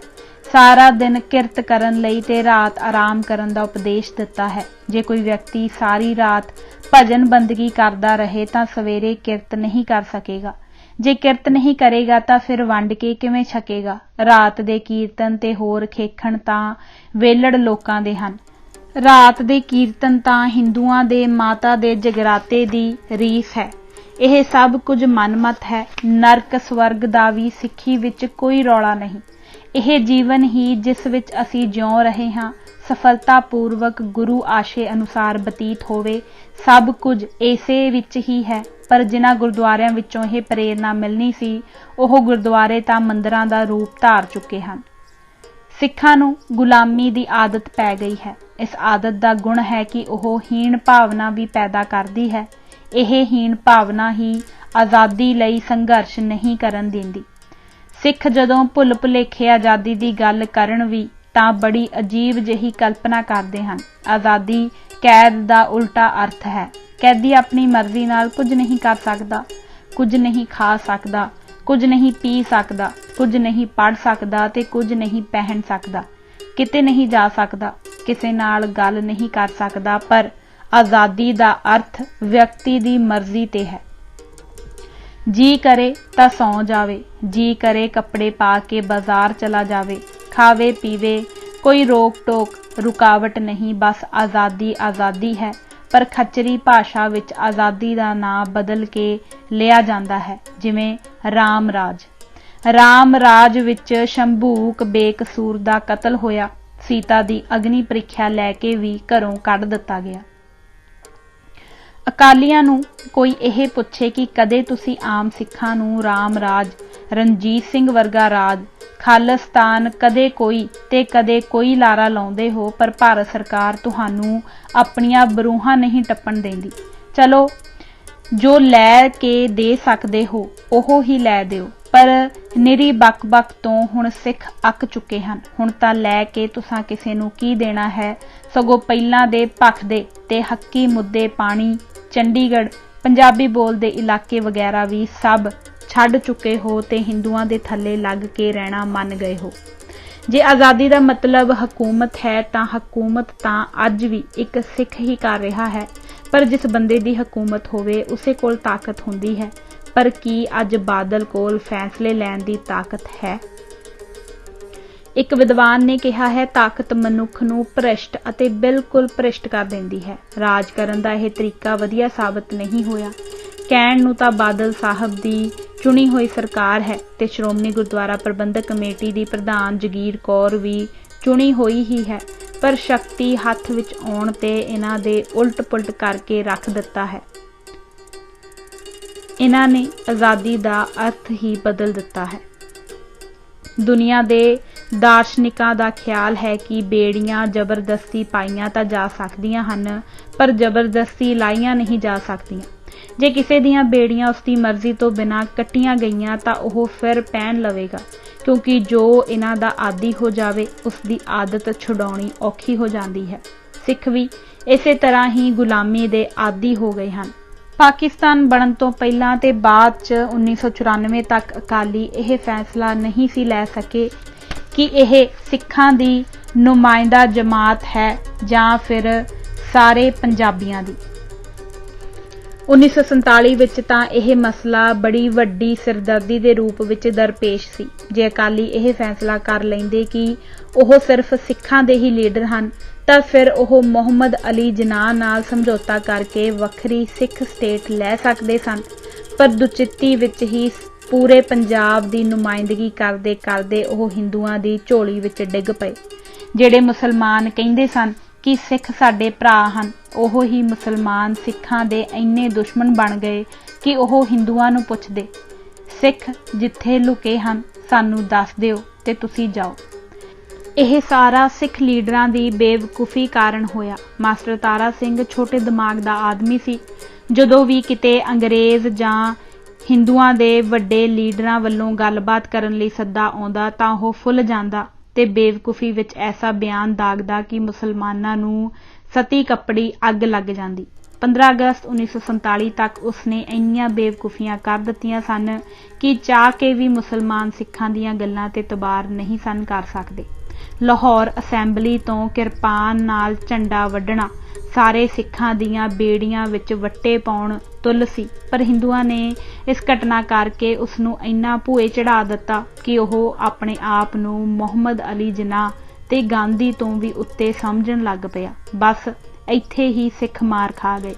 ਇੱਕ ਵੇਲਾ ਉਹ ਵੀ ਸੀ ਜਦੋਂ ਸਿੱਖ ਗੁਰੂ ਗੋਬਿੰਦ ਸਿੰਘ ਨੂੰ ਭੁੱਲ ਕੇ ਮਹਾਤਮਾ ਗਾਂਧੀ ਦੀ ਜੈ ਕਿਹਾ ਕਰਦੇ ਸਨ। ਬਾਦਲ ਨੇ ਸਿੱਖਾਂ ਦੀ ਇਹ ਦੁਵਿਧਾ 1996 ਵਿੱਚ ਹੋਈ ਮੋਗਾ ਕਾਨਫਰੰਸ ਵਿੱਚ ਤੋੜੀ ਹੈ। ਬਾਦਲ ਨੇ ਸਪਸ਼ਟ ਕਰ ਦਿੱਤਾ ਹੈ ਕਿ ਅਕਾਲੀ ਪਾਰਟੀ ਵਿੱਚ ਪੰਥ ਤੇ ਖਾਲਸਾ ਵਰਗੇ ਸ਼ਬਦਾਂ ਦਾ ਹੁਣ ਕੋਈ ਮਹੱਤਵ ਨਹੀਂ। ਪੰਜਾਬ ਵਿੱਚ ਪੰਜਾਬੀਅਤ ਨੂੰ ਅੱਗੇ ਲਿਆਂਦਾ ਗਿਆ ਤੇ ਭਾਰਤੀ ਜਨਤਾ ਪਾਰਟੀ ਨੂੰ ਸਪਸ਼ਟ ਕਰ ਦਿੱਤਾ ਗਿਆ ਕਿ ਅਕਾਲੀ ਦਲ ਬਾਦਲ ਹੁਣ ਕਦੇ ਵੀ ਸਿੱਖ ਮੰਗਾਂ ਦੀ ਗੱਲ ਨਹੀਂ ਕਰੇਗਾ। ਇੱਥੋਂ ਤੱਕ ਕਿ ਪੰਜਾਬ ਦੀਆਂ ਸਾਂਝੀਆਂ ਮੰਗਾਂ ਵੀ ਛੱਡ ਦਿੱਤੀਆਂ। ਚੰਡੀਗੜ੍ਹ ਪਾਣੀ ਬਿਜਲੀ ਦਾ ਨਾਂ ਤੱਕ ਨਹੀਂ ਲਿਆ ਜਾਵੇਗਾ। ਹੁਣ ਜਦੋਂ ਅਕਾਲੀ ਦਲ ਬਾਦਲ ਦਾ ਸਿੱਖ ਸਟੂਡੈਂਟਸ ਫੈਡਰੇਸ਼ਨ ਦਾ ਧੜਾ ਪ੍ਰਕਾਸ਼ ਸਿੰਘ ਬਾਦਲ ਜਿੰਦਾਬਾਦ ਦੇ ਨਾਅਰੇ ਲਾਉਂਦੇ ਹਨ ਤਾਂ ਸ਼੍ਰੀ ਵਾਜਪਾਈ ਜਿੰਦਾਬਾਦ ਸਗੋਂ 2 ਵਾਰ ਕਹਿੰਦੇ ਹਨ। ਇਹ ਉਹ ਹੀ ਨਜ਼ਾਰਾ ਹੈ ਜਿਹੜਾ ਪਾਕਿਸਤਾਨ ਦੀ ਵੰਡ ਤੋਂ ਪਹਿਲਾਂ ਮਹਾਤਮਾ ਗਾਂਧੀ ਕੀ ਜੈ ਦਾ ਸੀ। ਇੱਕ ਵਾਰ ਇੱਕ ਫਿਲਮ ਨਿਰਮਾਤਾ ਇੱਕ ਫਿਲਮ ਦਾ ਮਨੋਰੰਜਨ ਟੈਕਸ ਮੁਆਫ ਕਰਵਾਉਣ ਸੰਚਾਰ ਮੰਤਰੀ ਕੋਲ ਗਿਆ। ਮੰਤਰੀ ਨੇ ਫਿਲਮ ਵੇਖ ਕੇ ਉਸ ਨੂੰ ਪੁੱਛਿਆ, ਇਸ ਫਿਲਮ ਵਿੱਚ ਮਨੋਰੰਜਨ ਕਿੱਥੇ ਹੈ ਜਿਹੜਾ ਤੂੰ ਟੈਕਸ ਮੁਆਫ ਕਰਵਾਉਣ ਆ ਗਿਆ? ਉਸਨੇ ਬੜੇ ਆਰਾਮ ਨਾਲ ਕਿਹਾ, ਜਨਾਬ ਇਹੋ ਹੀ ਤਾਂ ਮੈਂ ਕਹਿੰਦਾ ਹਾਂ, ਜਦੋਂ ਮਨੋਰੰਜਨ ਹੀ ਨਹੀਂ ਤਾਂ ਫਿਰ ਮਨੋਰੰਜਨ ਟੈਕਸ ਕਾਹਦਾ? ਜਿਹੜੇ ਲੋਕ ਬਾਦਲ ਨੂੰ ਇਸ ਕਰਕੇ ਕੋਸਦੇ ਹਨ ਕਿ ਸਿੱਖ ਮੁੱਖ ਮੰਤਰੀ ਹੋ ਕੇ ਇਹਨੂੰ ਕੋਈ ਪੰਥ ਦਰਦ ਨਹੀਂ, ਉਹ ਭੁੱਲ ਜਾਂਦੇ ਹਨ ਕਿ ਬਾਦਲ ਸਾਹਿਬ ਦੀ ਪਾਰਟੀ ਨੇ ਮੋਗਾ ਕਾਨਫਰੰਸ ਵਿੱਚ ਪੰਥ ਸ਼ਬਦ ਅਕਾਲੀ ਦਲ ਵਿੱਚੋਂ ਕੱਢ ਦਿੱਤਾ ਹੋਇਆ ਹੈ। ਜਦੋਂ ਉਹਨਾਂ ਦੇ ਅਕਾਲੀ ਦਲ ਵਿੱਚ ਪੰਥ ਹੀ ਨਹੀਂ ਫਿਰ ਪੰਥ ਦਰਦ ਕਾਹਦਾ? ਹਾਂ, ਹਿੰਦੂਤਵ ਦਾ ਉਹਨੂੰ ਪੂਰਾ ਧਿਆਨ ਹੈ। ਤਾਈਓ ਹੀ ਤਾਂ ਅੱਜ ਕੱਲ੍ਹ ਕੀਰਤਨ ਦਰਬਾਰ ਬੰਦ ਤੇ ਮਹਾਮਾਈ ਦੇ ਜਗਰਾਤੇ ਥਾਂ ਹੁੰਦੇ ਹਨ। ਬਲਕਿ ਉਹਨਾਂ ਦੇ ਆਪਣੇ ਘਰ ਹਵਨ ਯੱਗ ਹੁੰਦੇ ਹਨ ਤੇ ਉਹ ਬਕਾਇਦਾ ਮੱਥੇ ਤੇ ਟਿੱਕਾ ਸਜਾਉਂਦੇ ਹਨ, ਦੇਵੀ ਦੇ ਦਰਸ਼ਨਾਂ ਨੂੰ ਜਾਂਦੇ ਹਨ। ਉਹਨਾਂ ਦੇ ਮੰਤਰੀ ਹਨੂਮਾਨ ਚਾਲੀਸਾ ਪੜ੍ਹਦੇ ਹਨ ਤੇ ਉਹਨਾਂ ਦੇ ਦਲ ਵਿੱਚ ਨੂੰ ਮਾਰ ਕੁੜੀ ਮਾਰਾਂ ਦਾ ਆਦਰ ਹੈ। क्योंकि हिंदू धर्म विच कुड़ी मारनी पाप नहीं। हुण तां ओह गल भी भारती जनता पार्टी ते उसकी चचेरी भैन राष्ट्री सिख संगत दी ही सुणदे हन, अकालियां दी नहीं। एक बार सरदार MS रंधावा ICS जिन्हां ने चंडीगढ़ शहर वसाया ते पंजाब एग्रीकल्चर यूनीवर्सिटी लुधियाना के वाइस चांसलर भी रहे, नूं किसी ने पुछया सिख पछड़दे क्यों जांदे हन। ओह कहण लगे तुहाडे सवाल तो यह तां पता नहीं लगदा सिख काहदे विच पछड़े हन, पर इसका जवाब यह है कि जदों कोई पछड़न लग पवे फिर ओह पछड़दा जांदा है, पछड़दा जांदा है, पछड़दा जांदा है ते पछड़दा ही जांदा है। भावें श्री रंधावा जट सिख हुशियारपुर दे रहण वाले सन ते क्लीन शेवन सन, पर हिंदुआं नूं ओह इस शक्ल विच भी मंजूर नहीं सन ते ओह कहिंदे सन भावें इहदे मूँह ते दाड़ी नहीं पर इहदे संग विच दाड़ी है। हुण मैं अपने उन्हां सिख वीरां नूं पुछना चाहुंदा हां जिहड़े हिंदू ते सिख नूं एक ही दरख्त दे दो टाण समझदे हन कि MS रंधावा तो होर थल्ले कोई सिख किन्ना कु डिग सकदा है जिसने केस ना रखे, दाड़ी ना रखी पर फिर भी सिख ही रहा। तां इसका मतलब MS रंधावा दे उत्तर अनुसार यह होया कि जदों कोई बंदा अपने धर्म तो डिग पवे तां फिर ओह डिगदा जांदा है ते डिगदा ही जांदा है ते थल्ले डिगण लई उसका कोई अंत नहीं। हुण सरदार प्रकाश सिंह बादल जिन्हां ने सिखां दे शरीक सिख भेख विच हिंदू कूकियां दी गुरु नानक देव यूनीवर्सिटी विच चेयर स्थापित कर दित्ती है, ओह जगरातियां ते हिंदू जलूसां दी अगवाई करदा है, आद कुआरी ते होर देवियां दे दर्शन करके निहाल हुंदा है, सिखां दी नस्लकुशी लई जिम्मेवार पुलिस अफसरां नूं तरक्कियां दे रहा है, पुलिस अफसरां ते हिंदू जथेबंदियां नाल यारी गंढी फिरदा है। श्री अकाल तख्त साहिब ते बाकी दे जथेदार ओहदे पैर दे अंगूठे थल्ले हन ते उन्हां कोलों ओह फैसले करवाउंदा है जिहड़े सिखां नूं सारे संसार विच शर्मिंदगी दिवाउंदे हन। श्रोमणी गुरुद्वारा प्रबंधक कमेटी दे मैंबरां ने बुरकी लई ओहदे वल उतां मूँह चुक्किया है, होर किन्ना कु थल्ले डिग सकदा है। जवाब है डिगदा जावेगा, डिगदा जावेगा ते डिगदा ही जावेगा। इतिहास भाई गुरदास जी दीआं वारां नूं गुरबाणी दी कुंजी कहा गया है। भाई वीर सिंह जी नूं श्रोमणी कवि होण दा सुभाग प्राप्त है, पर इतिहासकारां ने इन्हां दोहां विद्वानां नूं ही बुरी तरह नकारिया है। इत्थों तक कि इतिहासकार इन्हां दोहां नूं ही निजी दायरे विच कैद विद्वान मानदे हन, पर दूजे पासे मुन्ने वाला वाली ते बीड़ी सिगरट दे नाल शराब पीण वाली कवित्री अमृता प्रीतम नूं इतिहासकार एक जागरूक लेखिका मानदे हन। भाई गुरदास जी गुरु अर्जन देव जी की शहीदी दे चशमदीद गवाह सन, पर फिर भी उन्होंने एक अखर भी उन्हां दी शहीदी बारे नहीं लिखिया। कई इतिहासकारां ने आख्या है कि वह डर गए होणगे, कईयां ने कहा हकूमत अगे विक गए होणगे, किसी ने कुछ कहा ते किसी ने कुछ। इसे तरह ही श्रोमणी कवि भाई वीर सिंह जी ने बहुत ही उच्चतम साहित्य की रचना की है। केले दे गल लगी वेल, बनखशे दा फुल ते होर कई बहुत ही परमात्मा प्यार नाल संबंधित विषयां नूं अपनी कविता राही छुया है। भारत पाकिस्तान वंड वेले सब कुछ उन्हां दी अखां सामने वापरिया, पर उन्हां ने इस दे विरोध विच एक शब्द भी नहीं लिखिया। दूजे पासे कवित्री अमृता प्रीतम इन्ना जुल्म वेख के तड़फ उठी ते उसने लिखिया अज आखां वारिश शाह नूं किते कबरां विचों बोल, ते अज किताबे इश्क दा कोई अगला वर्का फोल। एक रोई सी धी पंजाब दी तूं लिख लिख मारे वैण, अज लखां धीआं रोंदियां तैनूं वारिश शाह नूं कहण। वे दर्द मंदा दिया दर्दिया उठ तक अपना पंजाब, अज बेले लाशां विछियां ते लहू दी भरी चनाब। ਸਾਹਿਤਕਾਰ ਕਹਿੰਦੇ ਹਨ ਕਿ ਜੇ ਅਮ੍ਰਿਤਾ ਪ੍ਰੀਤਮ ਇਸ ਕਵਿਤਾ ਤੋਂ ਬਗੈਰ ਕੁਝ ਵੀ ਹੋਰ ਨਾ ਲਿਖਦੀ ਤਾਂ ਵੀ ਉਹ ਸਾਹਿਤ ਦੀ ਦੁਨੀਆ ਵਿੱਚ ਛਾ ਜਾਂਦੀ, ਕਿਉਂਕਿ ਉਸ ਦੀਆਂ ਅੱਖਾਂ ਸਾਹਮਣੇ ਜੋ ਕੁਝ ਵਾਪਰਿਆ ਉਹ ਉਸ ਕੋਲੋਂ ਜਰਿਆ ਨਹੀਂ ਗਿਆ ਤੇ ਉਸਨੇ ਉਸ ਦਰਦ ਵਿੱਚ ਭਿੱਜ ਕੇ ਝੱਟ ਲੇਰ ਮਾਰ ਦਿੱਤੀ ਤੇ ਲੋਕਾਂ ਦੀ ਕਵਿੱਤਰੀ ਬਣ ਗਈ। ਭਾਈ ਵੀਰ ਸਿੰਘ ਨੇ ਸਭ ਕੁਝ ਅੱਖਾਂ ਸਾਹਮਣੇ ਹੁੰਦਾ ਵੇਖ ਕੇ ਵੀ ਅੰਡਟ ਕਰ ਦਿੱਤਾ ਤੇ ਆਪਣੇ ਆਪ ਵਿੱਚ ਹੀ ਮਸਤ ਰਹਿ ਕੇ ਸਾਹਿਤ ਰਚਦੇ ਰਹੇ। ਇਹੋ ਜਿਹਾ ਸਾਹਿਤ ਜਿੰਨਾ ਮਰਜ਼ੀ ਕੋਈ ਲਿਖ ਸੁੱਟ ਦੇਵੇ, ਆਮ ਆਦਮੀ ਨੇ ਉਸ ਵਿੱਚੋਂ ਕੀ ਕੱਢਣਾ ਪਾਉਣਾ ਹੁੰਦਾ ਹੈ। ਉਹਨਾਂ ਨੂੰ ਤਾਂ ਉਸ ਸਾਹਿਤ ਨਾਲ ਮਤਲਬ ਹੁੰਦਾ ਹੈ ਜਿਸ ਵਿੱਚ ਉਹਨਾਂ ਨਾਲ ਕੀਤੇ ਜਾਂਦੇ ਜ਼ੁਲਮਾਂ ਦੀ ਕਹਾਣੀ ਹੋਵੇ, ਉਹਨਾਂ ਨਾਲ ਵਾਪਰੇ ਭਾਣੇ ਨੂੰ ਕਾਗਜ਼ ਤੇ ਉਤਾਰਨ ਵਾਲਾ ਉਹਨਾਂ ਦਾ ਹਮਦਰਦ ਸਾਹਿਤਕਾਰ ਅਖਵਾਉਂਦਾ ਹੈ। ਇਤਿਹਾਸ ਕੀ ਹੈ? ਜੋ ਘਟਨਾਵਾਂ ਅੱਜ ਵਾਪਰ ਰਹੀਆਂ ਹਨ ਉਹ ਕੱਲ੍ਹ ਦਾ ਇਤਿਹਾਸ ਹੋਣਗੀਆਂ, ਜਾਂ ਦੂਜੇ ਅੱਖਰਾਂ ਵਿੱਚ ਇਤਿਹਾਸ ਉਹ ਸੱਚ ਹੁੰਦਾ ਹੈ ਜੋ ਉਸ ਵੇਲੇ ਦੇ ਲੋਕਾਂ ਨੇ ਆਪਣੀਆਂ ਅੱਖਾਂ ਨਾਲ ਵੇਖਿਆ ਹੁੰਦਾ ਹੈ। ਜੇ ਅੱਖਾਂ ਨਾਲ ਵੇਖਣ ਵਾਲਾ ਬੰਦਾ ਆਪਣੇ ਆਪ ਨੂੰ ਇਤਿਹਾਸਕਾਰ ਆਖੇ ਪਰ ਉਸ ਬਾਰੇ ਲਿਖੇ ਕੁਝ ਨਾ, ਤਾਂ ਉਹ ਇਤਿਹਾਸਕਾਰ ਅਖਵਾਉਣ ਦਾ ਹੱਕਦਾਰ ਕਿਵੇਂ ਹੋ ਸਕਦਾ ਹੈ? ਜੇ ਅੱਜ ਦੇ ਸਾਹਿਤਕਾਰ ਵੀ ਅੱਜ ਬਾਰੇ ਕੁਝ ਨਹੀਂ ਲਿਖਦੇ ਤੇ ਅੱਖਾਂ ਮੀਟ ਛੱਡਣਗੇ ਤਾਂ ਉਹ ਲੋਕ ਅਦਾਲਤ ਵਿੱਚ ਬੜੇ ਸ਼ਰਮਸ਼ਾਰ ਹੋਣਗੇ। ਉਹਨਾਂ ਦੀ ਵਿਦਵਤਾ ਨੂੰ ਲੋਕਾਂ ਨੇ ਰਗੜ ਕੇ ਫੋੜੇ ਤੇ ਲਾਉਣਾ ਹੈ। 1978 ਤੋਂ ਲੈ ਕੇ 1998 ਤੱਕ ਲੋਕ ਜ਼ੁਲਮ ਦੀ ਭੱਠੀ ਵਿੱਚ ਸੜੇ ਹਨ। ਥੋੜਾ ਜਾਂ ਬਹੁਤਾ ਸੇਕ ਬਹੁਤ ਲੋਕਾਂ ਨੂੰ ਲੱਗਾ ਹੈ। ਕਈਆਂ ਨੂੰ ਪੁਲਿਸ ਨੇ ਮਾਰਿਆ, ਕਈਆਂ ਨੂੰ ਖਾੜਕੂਆਂ ਨੇ ਮਾਰਿਆ, ਕਈ ਪੁਲਿਸ ਵਾਲੇ ਖਾੜਕੂਆਂ ਹੱਥੋਂ ਮਰੇ, ਕਈ ਖਾੜਕੂ ਝੂਠੇ ਜਾਂ ਸੱਚੇ ਪੁਲਿਸ ਮੁਕਾਬਲਿਆਂ ਵਿੱਚ ਮਰੇ, ਕਈ ਵਿਚਾਰੇ ਬੇਦੋਸ਼ੇ ਤੇ ਭੁਲੇਖੇ ਨਾਲ ਹੀ ਬੱਚੇ ਲਈ ਬਾਜ਼ਾਰੋਂ ਟੌਫੀਆਂ ਲੈਣ ਗਏ, ਗੋਲੀ ਦੀ ਚਪੇਟ ਵਿੱਚ ਆ ਗਏ ਤੇ ਜਾਨ ਗਵਾ ਬੈਠੇ। ਮਾਰੇ ਜਾਣ ਤੋਂ ਇਲਾਵਾ ਇਸ ਸੰਘਰਸ਼ ਵਿੱਚ ਹੋਰ ਵੀ ਬਹੁਤ ਬੇਨੀਅਮਾਂ ਹੋਈਆਂ।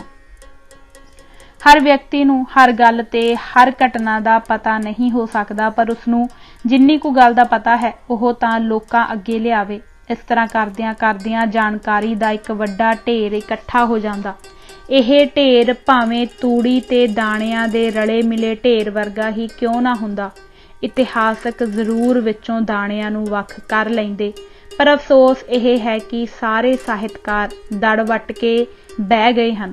ਹੁਣ ਤੱਕ ਜਿੰਨਾ ਇਸ ਬਾਰੇ ਲਿਖਿਆ ਜਾਣਾ ਚਾਹੀਦਾ ਸੀ ਉਸਦਾ 50ਵਾਂ ਹਿੱਸਾ ਵੀ ਨਹੀਂ ਲਿਖਿਆ ਗਿਆ। ਬਸ ਚੋਰ ਉਚੱਕਾ ਚੌਧਰੀ ਤੇ ਗੁੰਡੀ ਰਣ ਪ੍ਰਧਾਨ ਵਾਂਗ ਜਿਹੜੇ ਮਨੁੱਖਤਾ ਦਾ ਆਹੂ ਲਾਉਣ ਵਾਲੇ ਸਨ ਉਹਨਾਂ ਨੇ ਹੀ ਕਿਤਾਬਾਂ ਲਿਖਣੀਆਂ ਸ਼ੁਰੂ ਕਰ ਦਿੱਤੀਆਂ, ਪਰ ਉਹਨਾਂ ਦਾ ਜਵਾਬ ਦੇਣ ਵਾਲੇ ਚੁੱਪਚਾਪ ਬੈਠੇ ਹਨ।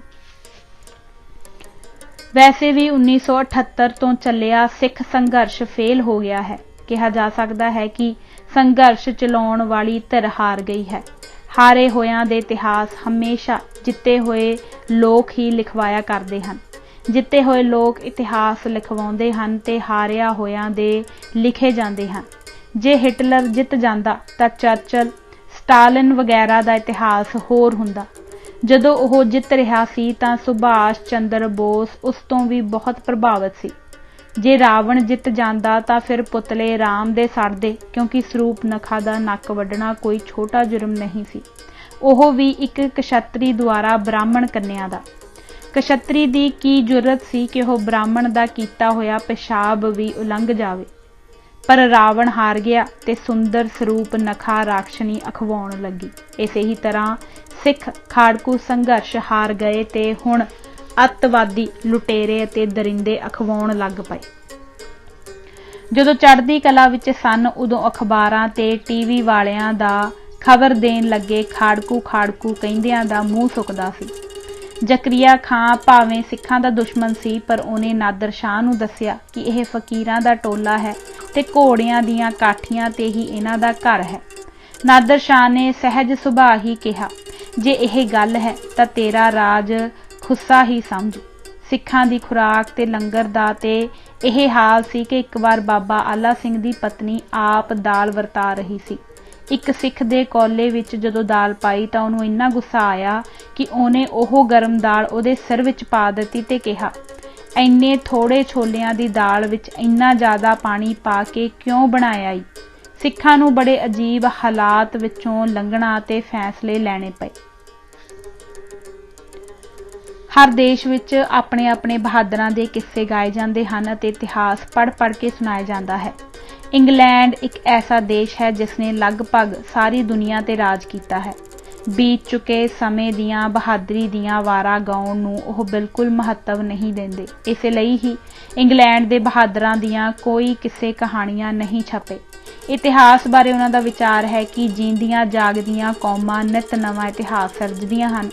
इतिहास दीयां गल्लां करके ओह कौमां अपना चित्त परचाउंदियां हन ਜਿਹੜੀਆਂ वर्तमान विच नकारा हो चुकियां होण, नहीं तां पिछलियां गल्लां लई वक्त किस कोल है।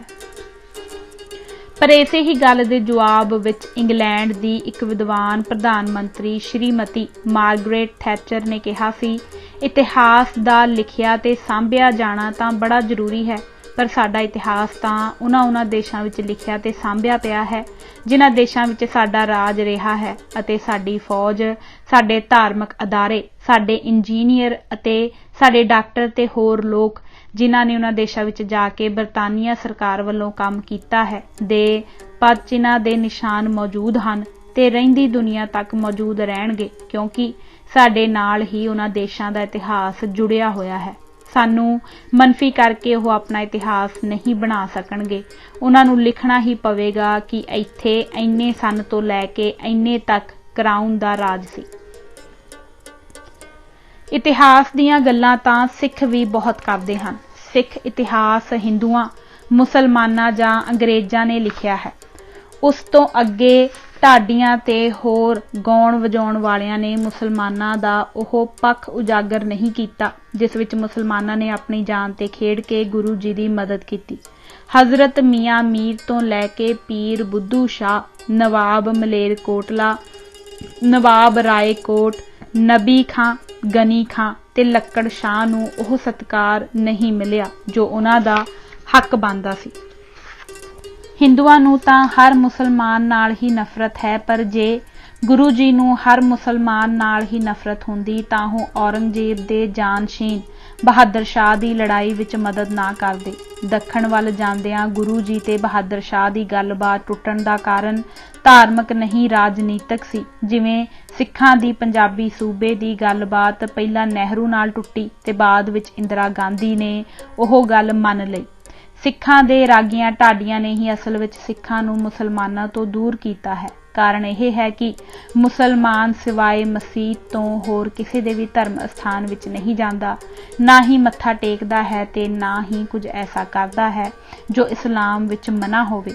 पर सिखां दे दीवानां विच हिंदू आम ही जा बैठते हन। इस तरह मुसलमानां दी गैर हाज़री विच ते हिंदुआं दी हाज़री विच रागी ढाडी ते कीर्तनीए ओही गल करदे हन जिहड़ी हिंदू दे विरुद्ध ना जांदी होवे। नहीं तां जिड्डा बुरा गुरुआं ते गुरु दे सिखां नाल हिंदू ने कीता है, मुसलमान ने तां ओहदा 20वां हिस्सा भी नहीं कीता। समय समय ते भीड़ बनी ते मुसलमान मदद लई बौड़दे रहे हन। पंगाणी दे युद्ध विच पीर बुद्धू शाह दे पुत्र ते चेले शहीद होए। नवाब मलेरकोटले ने हां दा नारा मारिया। इस तरह करन नाल उसनूं सजाए मौत भी हो सकदी सी। नवाब रायकोट दे घर मुगलां दा घेरा पैण ते गुरु जी एक तरह नाल लुके होए सन। तलाशी लैंदियां लैंदियां जदों मुगल अधिकारी एक कमरे वल वधे तां नवाब ने कहा, मेरी धी ते जवाई अंदर हन। उस दी इस गल ते तबार करके फौज वापस चली गई। वेख्या जावे तां यह कोई मामूली घटना नहीं सी।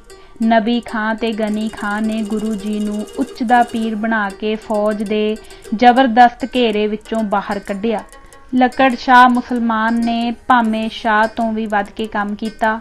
महाराणा प्रताप ते भामे शाह दोवें ही हिंदू सन, पर लक्कड़ शाह ने गैर मजहबी हो के भी गुरु जी दी उस वेले मदद की जदों वो घोर संकट विच सन ते उन्हां दी इज्जत भी दाअ ते लगी हुई सी।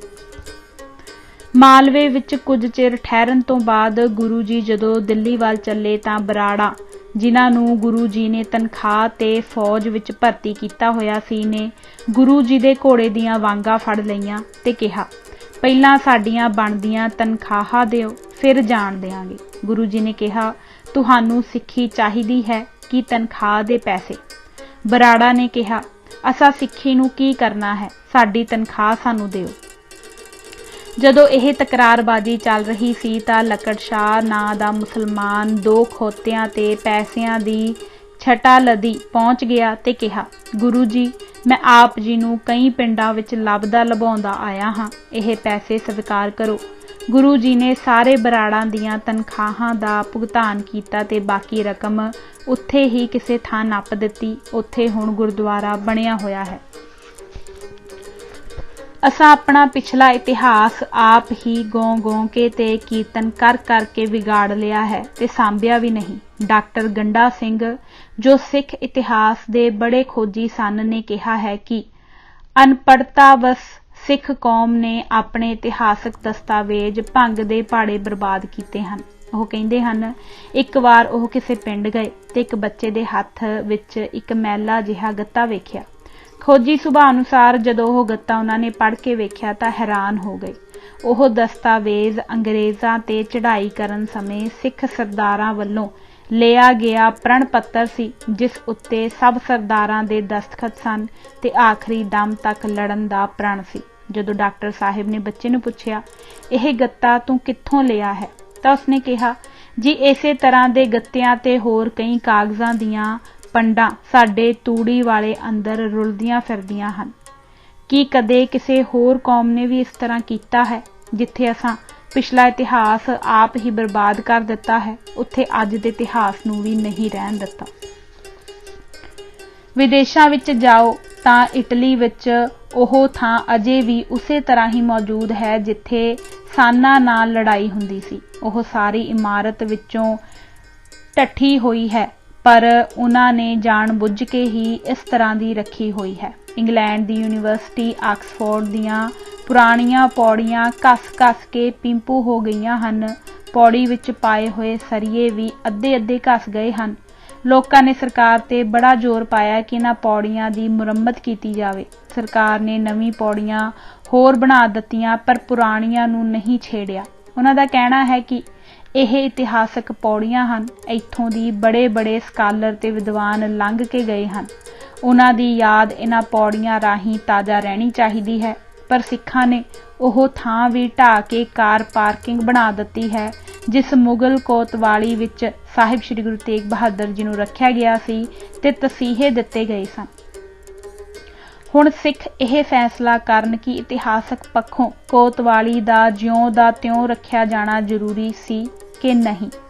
ਭਾਰਤ ਸਰਕਾਰ ਨੇ ਦਰਬਾਰ ਸਾਹਿਬ ਤੇ ਹਮਲਾ ਕਰਕੇ ਅਕਾਲ ਤਖਤ ਢਾਹ ਦਿੱਤਾ। ਰਾਮਗੜੀਏ ਬੁੰਗੇ ਵੀ ਉੱਪਰੋਂ ਢਹਿ ਗਏ। ਪਰਿਕਰਮਾ ਦੇ ਨਾਲ ਵਰਾਂਡੇ ਗੋਲੀਆਂ ਨਾਲ ਛਲਣੀ ਹੋਏ ਪਏ ਸਨ ਤੇ ਦਰਬਾਰ ਸਾਹਿਬ ਤੇ ਵੀ ਵੱਜੀਆਂ ਗੋਲੀਆਂ ਦੇ ਨਿਸ਼ਾਨ ਸਨ। ਜਦੋਂ ਬਾਬਾ ਹਰਬੰਸ ਸਿੰਘ ਨੇ ਕਾਰ ਸੇਵਾ ਸ਼ੁਰੂ ਕਰਕੇ ਇਹ ਨਿਸ਼ਾਨੀਆਂ ਮਿਟਾਉਣੀਆਂ ਸ਼ੁਰੂ ਕੀਤੀਆਂ ਤਾਂ ਮੇਰੀ ਪਾਰਟੀ ਸ਼੍ਰੋਮਣੀ ਅਕਾਲੀ ਦਲ ਨੇ ਮੇਰੀ ਡਿਊਟੀ ਲਾਈ ਕਿ ਗੱਲਬਾਤ ਤੇ ਬੇਨਤੀ ਕਰਕੇ ਮੈਂ ਇਹ ਕਾਰ ਸੇਵਾ ਰੁਕਵਾਵਾਂ। ਹੁਣ ਜਾਂ ਆਉਣ ਵਾਲੇ ਸਮੇਂ ਵਿੱਚ ਸਿੱਖ ਇਹ ਨਾ ਸਮਝ ਲੈਣ ਕਿ ਇਹਨਾਂ ਕਾਰਸੇਵੀ ਬਾਬਿਆਂ ਤੇ ਸ਼੍ਰੋਮਣੀ ਕਮੇਟੀ ਨੂੰ ਕਿਸੇ ਨੇ ਇਹ ਇਤਿਹਾਸਕ ਨਿਸ਼ਾਨ ਮਿਟਾਉਣ ਤੋਂ ਰੋਕਿਆ ਨਹੀਂ ਸੀ। ਇਸ ਲਈ ਉਹਨਾਂ ਦਿਨਾਂ ਦੀਆਂ ਅਖਬਾਰਾਂ ਦੀਆਂ ਕਾਤਰਾਂ ਤੇ ਚੌਕ ਮਹਿਤੇ ਵਿੱਚ ਇਤਿਹਾਸ ਮਿਟਾਉਣ ਦੀਆਂ 2 ਘਟਨਾਵਾਂ ਇੱਥੇ ਲਿਖ ਰਿਹਾ ਹਾਂ। ਇਹਨਾਂ ਦੋਹਾਂ ਘਟਨਾਵਾਂ ਦਾ ਮੈਂ ਚਸ਼ਮਦੀਦ ਗਵਾਹ ਹਾਂ ਤੇ ਬਹੁਤ ਸਰਗਰਮੀ ਨਾਲ ਯਤਨਸ਼ੀਲ ਰਿਹਾ ਹਾਂ ਕਿ ਇਸ ਤਰ੍ਹਾਂ ਨਾ ਹੋਵੇ।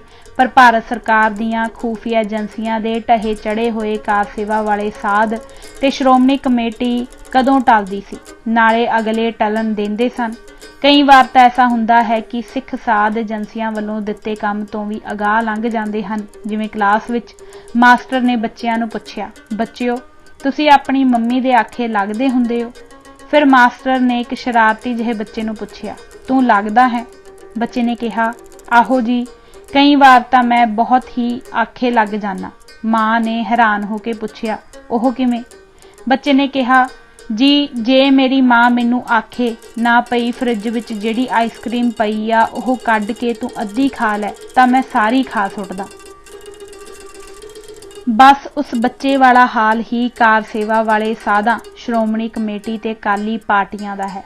ਭਾਰਤੀ ਗੁਪਤਚਰ ਏਜੰਸੀਆਂ ਵੱਲੋਂ ਆਪਣੀ ਜਾਨ ਤੇ ਆਉਣ ਵਾਲੇ ਖਤਰੇ ਤੋਂ ਬਚਦੇ ਹੋਏ ਮੈਂ ਕਾਰ ਸੇਵਾ ਰੋਕਣ ਦੀ ਵੱਧ ਤੋਂ ਵੱਧ ਕੋਸ਼ਿਸ਼ ਕੀਤੀ, ਪਰ ਸਫਲ ਨਾ ਹੋਇਆ। ਹੁਣ ਇੱਕ ਵੀ ਨਿਸ਼ਾਨਾ ਐਸਾ ਨਹੀਂ ਬਚਿਆ ਜਿਸ ਨੂੰ ਵੇਖ ਕੇ ਕੋਈ ਕਹਿ ਸਕੇ ਕਿ 1984 ਨੂੰ ਇੱਥੇ ਭਾਰਤੀ ਫੌਜ ਨੇ ਟੈਂਕਾਂ ਤੇ ਤੋਪਾਂ ਨਾਲ ਹਮਲਾ ਕੀਤਾ ਸੀ। ਇੱਕ ਅਖਬਾਰੀ ਕਟਿੰਗ ਦਾ ਹਵਾਲਾ ਵੇਖੋ।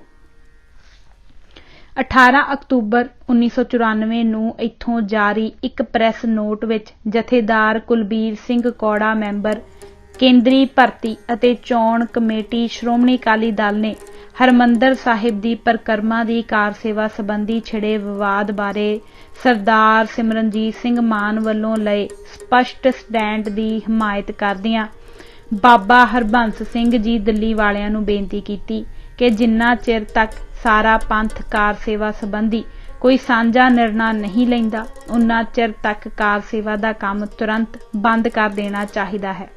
ਇਸ ਸੰਬੰਧੀ ਮਾਨ ਸਾਹਿਬ ਵੱਲੋਂ ਭੇਜਿਆ ਇੱਕ ਵਫਦ ਬਾਬਾ ਜੀ ਦੇ ਨੁਮਾਇੰਦਾ ਸਿੰਘਾਂ ਨੂੰ ਮਿਲ ਕੇ ਸਾਰੀ ਬੇਨਤੀ ਕਰ ਚੁੱਕਾ ਹੈ। ਵਫਦ ਨੂੰ ਉੱਥੇ ਮੌਜੂਦ ਸੇਵਾਦਾਰ ਸਿੰਘਾਂ ਨੇ ਦੱਸਿਆ ਕਿ ਬਾਬਾ ਹਰਬੰਸ ਸਿੰਘ ਜੀ ਨੇ ਛਿੜੇ ਵਿਵਾਦ ਨੂੰ ਮੁੱਖ ਰੱਖ ਕੇ ਦੁਵਿਧਾ ਵਿੱਚ ਪੈਣ ਦੀ ਬਜਾਏ ਕਾਰ ਸੇਵਾ ਬੰਦ ਕਰ ਦਿੱਤੀ ਸੀ, ਪਰ ਸ਼੍ਰੋਮਣੀ ਕਮੇਟੀ ਦੇ ਅਧਿਕਾਰੀਆਂ ਨੇ ਦੁਬਾਰਾ ਸ਼ੁਰੂ ਕਰਵਾ ਦਿੱਤੀ ਹੈ। ਸਾਰੀ ਦੁਨੀਆ ਜਾਣਦੀ ਹੈ ਕਿ ਸਾਕਾ ਨੀਲਾ ਤਾਰਾ ਵੇਲੇ ਭਾਰਤੀ ਟੈਂਕਾਂ ਨੇ ਪਰਿਕਰਮਾ ਵਿੱਚ ਦਾਖਲ ਹੋ ਕੇ ਗੁਰੂ ਅਰਜਨ ਦੇਵ ਜੀ ਦਾ ਸ਼ਹੀਦੀ ਪੁਰਬ ਮਨਾਉਣ ਆਈਆਂ ਸੰਗਤਾਂ ਅਤੇ ਅਕਾਲ ਤਖਤ ਸਾਹਿਬ ਤੇ ਗੋਲਾਬਾਰੀ ਕਰਕੇ ਕਤਲੋਗਾਰਤ ਕੀਤੀ ਸੀ। ਟੈਂਕਾਂ ਥੱਲੇ ਦਰੜੀ ਹੋਈ ਪਰਿਕਰਮਾ ਉਸ ਜ਼ੁਲਮ ਦੀ ਮੂੰਹ ਬੋਲਦੀ ਤਸਵੀਰ ਹੈ। ਉਹ ਵੀ ਜਦੋਂ ਹਜ਼ਾਰਾਂ ਸਿੰਘ ਟਾਂਡਾ ਕਾਨੂੰਨ ਅਧੀਨ ਜੇਲ੍ਹਾਂ ਦੀਆਂ ਕਾਲ ਕੋਠੜੀਆਂ ਵਿੱਚ ਸੜ ਰਹੇ ਹਨ ਤੇ ਕੌਮ ਦੇ ਕਈ ਪਰਵਾਨਿਆਂ ਦੇ ਘਰਾਂ ਵਿੱਚ ਚੁੱਲ੍ਹਿਆਂ ਉੱਤੇ ਘਾਹ ਉੱਗਿਆ ਹੋਇਆ ਹੈ ਤੇ ਉਹ ਆਪਣੀ ਪੈਲੀ ਵੀ ਵਾਹ ਬੀਜ ਨਹੀਂ ਸਕਦੇ।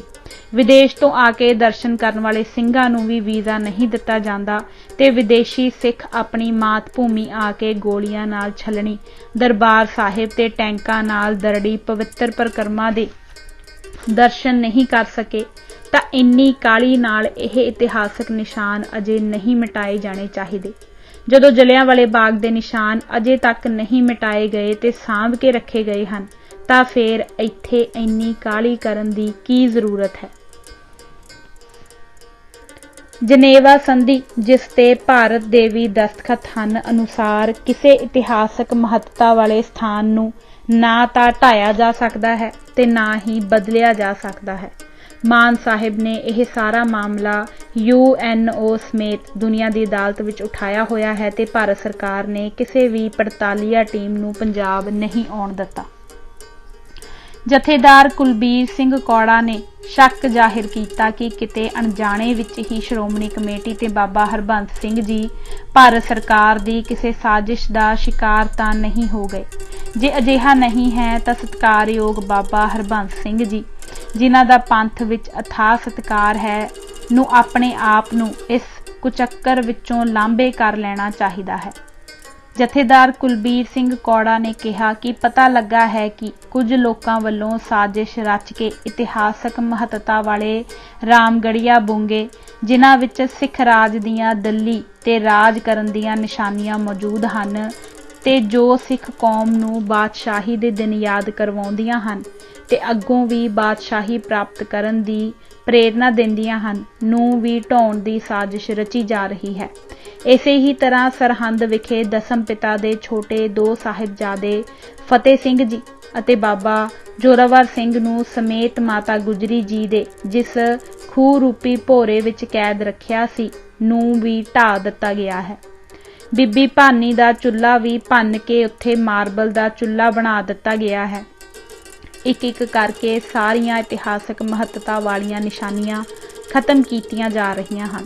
ਜਨਰਲ ਛਿੱਬਰ ਜੋ ਪਹਿਲਾਂ ਪੱਛਮੀ ਕਮਾਨ ਦੇ ਮੁਖੀ ਸਨ ਨੂੰ ਪੰਜਾਬ ਦਾ ਗਵਰਨਰ ਥਾਪਣਾ ਵੀ ਉਪਰੋਕਤ ਸਾਰੇ ਸ਼ੱਕਾਂ ਨੂੰ ਪੱਕਾ ਕਰਦਾ ਹੈ। ਜਥੇਦਾਰ ਕੁਲਬੀਰ ਸਿੰਘ ਕੌੜਾ ਨੇ ਦਮਦਮੀ ਟਕਸਾਲ ਸੰਤ ਸਮਾਜ ਸਮੂਹ ਕਾਰ ਸੇਵਾ ਵਾਲੇ ਤੇ ਪੰਥ ਦਰਦੀਆਂ ਨੂੰ ਬੇਨਤੀ ਕੀਤੀ ਹੈ ਕਿ ਉਹ ਸਿੱਖਾਂ ਦਾ ਇਤਿਹਾਸ ਸਾਂਭਣ ਵੱਲ ਵਿਸ਼ੇਸ਼ ਧਿਆਨ ਦੇਣ।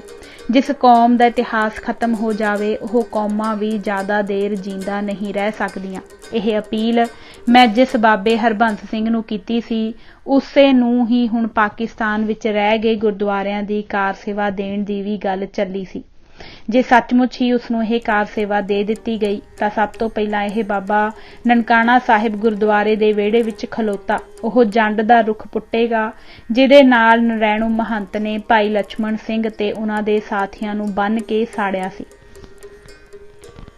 ਦੂਜੀ ਘਟਨਾ ਇਉਂ ਹੈ दमदमी टकसाल चौंक मेहता दी चंडीगढ़ नां नाल जानी जांदी इमारत दे एक कमरे दीयां कंधां उन्हां बहादरां दीयां अखबारां विच आईयां शहीदियां दीयां फोटोआं तरीकां समेत अखबारां दी कटिंग करके तरतीबवार कंध ते चिपकाईयां होईयां सन कि वेखण वाला वाह वाह कर उठदा सी। कमरे दीयां चारे कंधां शहीदां दीयां फोटोआं नाल भर चुकियां सन। उस विच संग्रहकर्ता ने यह खास ख्याल रखिया सी कि किते सिख भेस विच मारे गए सरकारी मुखबर ते कैट दी फोटो ना लग जावे, जिवें ब्रह्मंड विच रहण वाला ब्रह्मंड दी ते धरती ते रहण वाला धरती दी जानकारी रखदा है। इसे तरह ही उस संग्रहकर्ता सिंह नूं भोंड ते भौरे दी पूरी जानकारी ते पछाण सी। इस चंगे काम लई एक होर कमरे दी मंग उस सिंह कोलों यह सोच के हो गई कि ਉਹਦੇ पहले किते काम नूं सलाया जावेगा, पर होया उसदे उल्ट। ਉਹ कमरा निगे चढ़ गया। एक दिन तत्ते पानी दे कई भांडे कमरे विच पहुंच गए। तत्ता पानी पा के सारी फोटोआं खुरच दित्तियां गईयां।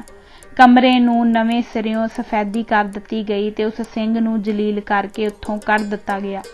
यह सारा काम दमदमी टकसाल दे मुखी बाबा ठाकुर सिंह दे हुक्म ते उन्हां दी हाज़री विच होया। यह घटना ऐसी है जिवें दुबारा दरबार साहिब ते हमला होया होवे। यह हमला ना इंदिरा गांधी ने कीता, ना पहले हमले नूं जायज़ ठहराउण लई सरदार सुरजीत सिंह बरनाला ने कीता, सगों संत जरनैल सिंह 14वें मुखी दमदमी टकसाल दे अंदरों होया।